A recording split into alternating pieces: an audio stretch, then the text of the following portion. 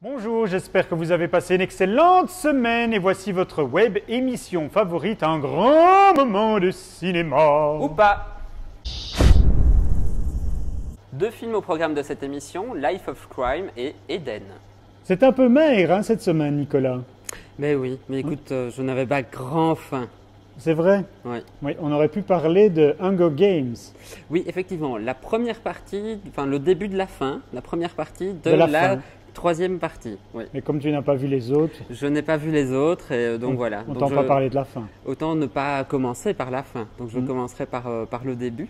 Il paraît que par rapport à ce genre de trilogie, c'est une des moins pires, si pas une des meilleures. Et pourquoi on ne parle pas d'un illustre inconnu? Mais pour que ça reste un illustre inconnu. Sinon, il y avait aussi le film de Vajda.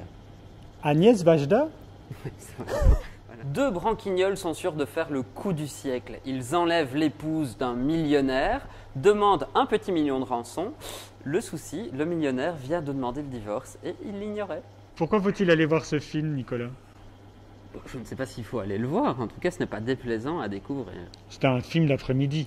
C'est un film même du dimanche soir, pizza à la clé. Pourtant, les mardis malins sont intéressants pour les pizzas. C'est ça. Est-ce que Jennifer Aniston est crédible dans ce rôle? Elle est absolument crédible. C'est assez même surprenant de voir comment elle est crédible au milieu des années 70. Elle a un physique 70s. Mais en fait. oui, mais elle a en fait le physique de Barbara Streisand. C'est assez. C'est incroyable, hein, Oui, ça. oui, oui. Enfin, à peu de choses près. C'est un bon film de divertissement. On est proche, Rythmé. On est proche de l'univers des Coen, mais bon, on n'est pas non plus dans du cinéma d'auteur. Mesdames, messieurs, nous voici dans le jardin de l'Éden. Non, mais là, tu confonds en fait. Ah, c'est pas l'Éden dont on parle? Non, on parle d'Éden, pas de l'Éden. Ah, et Éden, c'est quoi la différence entre l'Éden et de l'Éden? Mais alors, d'un côté, tu as toute une mythologie très catholique ou autre, et de l'autre, tu as en fait Eden, le film de Mia Hansen-Løve. Et Éden, c'est le nom de quelqu'un, peut-être? C'est le nom d'un magazine. D'accord. Un magazine qui suivait la culture électronique au moment de l'avènement de la musique électro. Et donc, c'est un film sur un fanzine? Non, c'est un film sur toute une période, toute une génération aussi.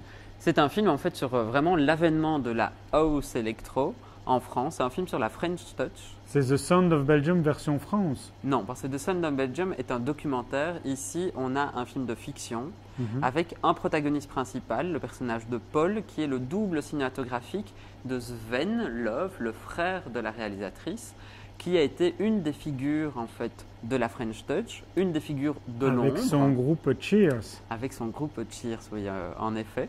Et donc, il organisait des soirées, il mixait, voilà, il a découvert la musique de garage au tout début des années 90. Et il y a eu vraiment sur les années 90, il a eu toute une période de gloire, toute une montée pour connaître plutôt dans les années 2000 une sorte de chute, ou en tout cas l'oubli. Et ça, c'est ce qu'on raconte dans le film? C'est ce qu'on raconte De dans la le gloire film. à l'oubli? Oui, c'est à voir pour la musique. Et c'est assez rare que je sois interloqué à ce point par la musique et que je trouve la musique dans un film intéressante. La musique devient en fait le vrai personnage du film et le vrai protagoniste du film. Ce qui marche vraiment dans le film, c'est le protagoniste principal, c'est l'interprétation de Félix de Givry. Le film balaie quand même 21 ans. Félix de Givry, 22 ans, corps splendide.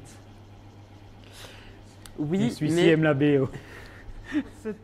Ce sera tout pour cette semaine. On se retrouve mercredi prochain pour un nouveau grand moment de cinéma. oui, et d'ici là, n'hésitez pas à regarder les reportages de Cousteau sur YouTube. Merci beaucoup. Au revoir.